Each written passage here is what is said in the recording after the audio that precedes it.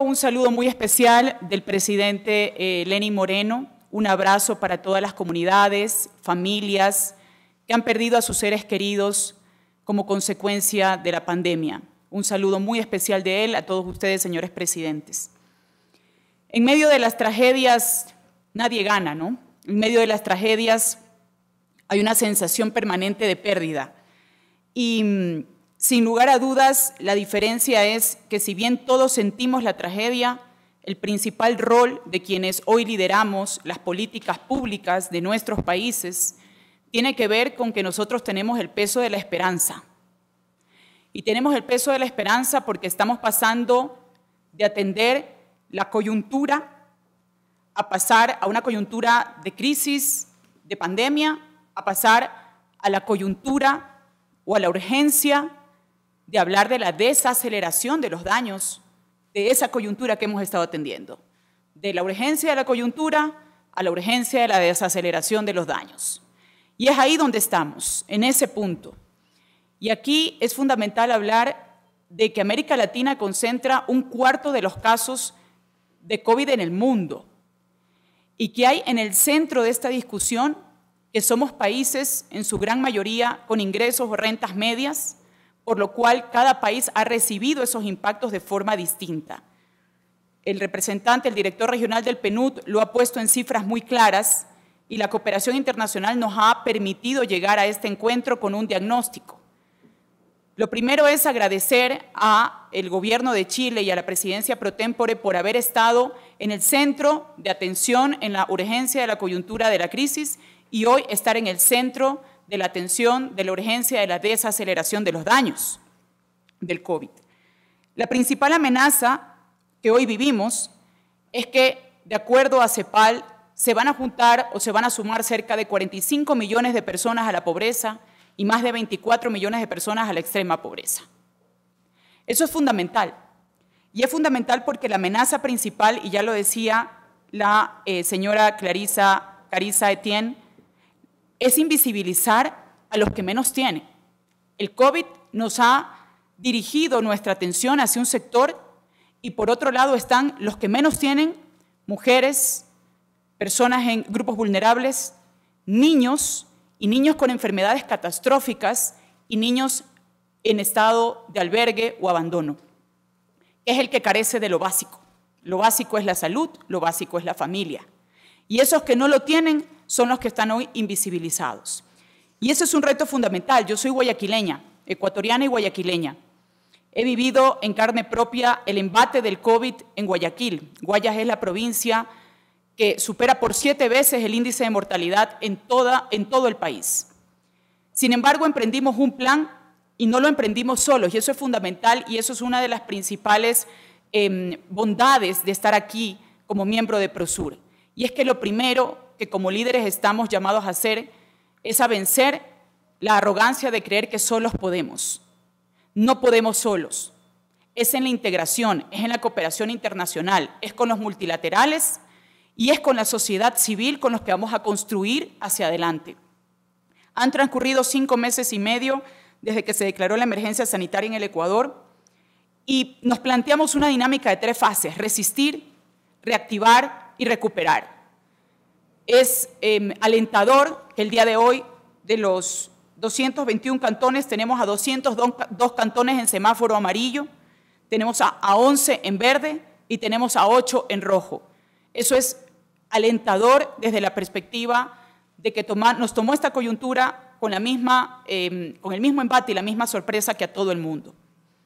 Pero ¿qué es importante? Es hacia dónde vamos, cuáles son los objetivos. Y los objetivos son priorizar para sanar, comer y producir. Priorizar para sanar, comer y producir. Y hacia allá vamos. Y en esa línea, las líneas de acción son, primero, salud. Fortalecer nuestras capacidades para poder aprovechar de todo aquello que tanto regionalmente como globalmente se está desarrollando. Si localmente no estamos listos para acoger los desarrollos que regional y globalmente se están desarrollando, estamos perdiendo tiempo y eso es fundamental. Y para eso requerimos, sin lugar a dudas, del apoyo económico y el acceso al crédito. Lo segundo es protección social. La buena noticia es que este grupo, Prosur, ha generado más de 200 medidas de atención precisamente para la protección social en medio de toda esta coyuntura.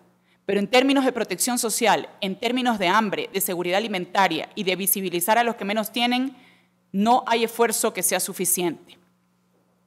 Lo tercero es la respuesta y la recuperación económica. Y la respuesta y la recuperación económica tiene doble vía. Por un lado, saber que hay ciertos sectores que han sido afectados y que requieren de acompañamiento para poder reinventarse, porque son sectores que van a estar afectados por largo tiempo. Turismo, comercio, una serie de sectores que necesitan de nuestro acompañamiento muy especial.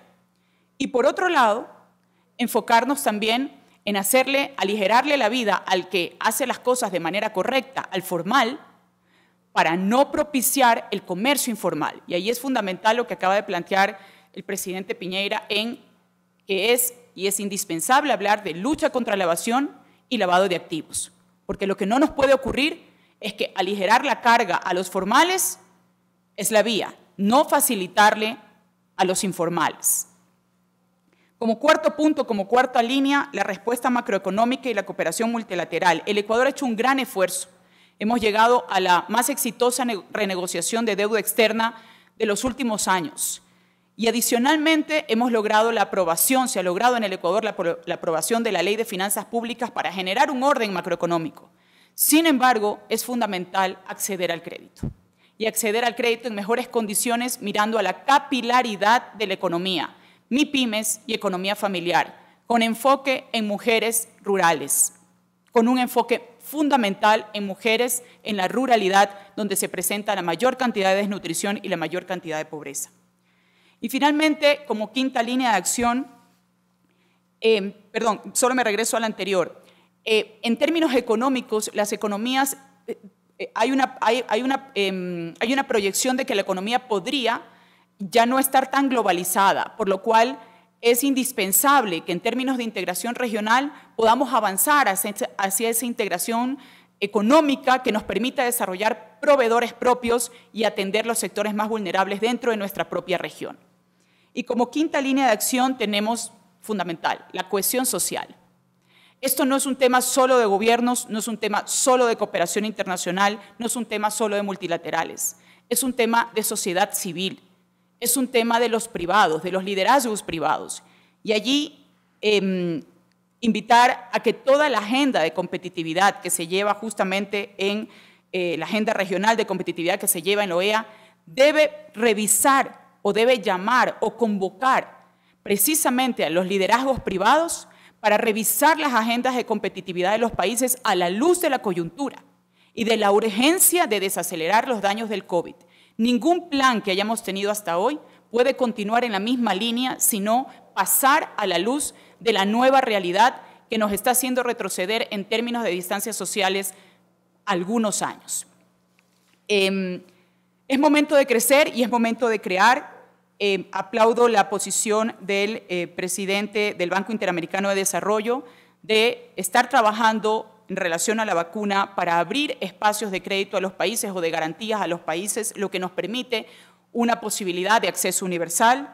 Lo segundo, muy importante, es establecer que este grupo de trabajo tiene el suficiente liderazgo, y lo hemos visto en todas las intervenciones, como también para hacer convocatorias a otros sectores que se permitan sentar en la mesa también regionalmente y que también lideren en sus distintos espacios la discusión de un discurso de esperanza y construcción para poder aligerar también el peso de la esperanza de todos los ciudadanos de nuestros países. Muchas gracias.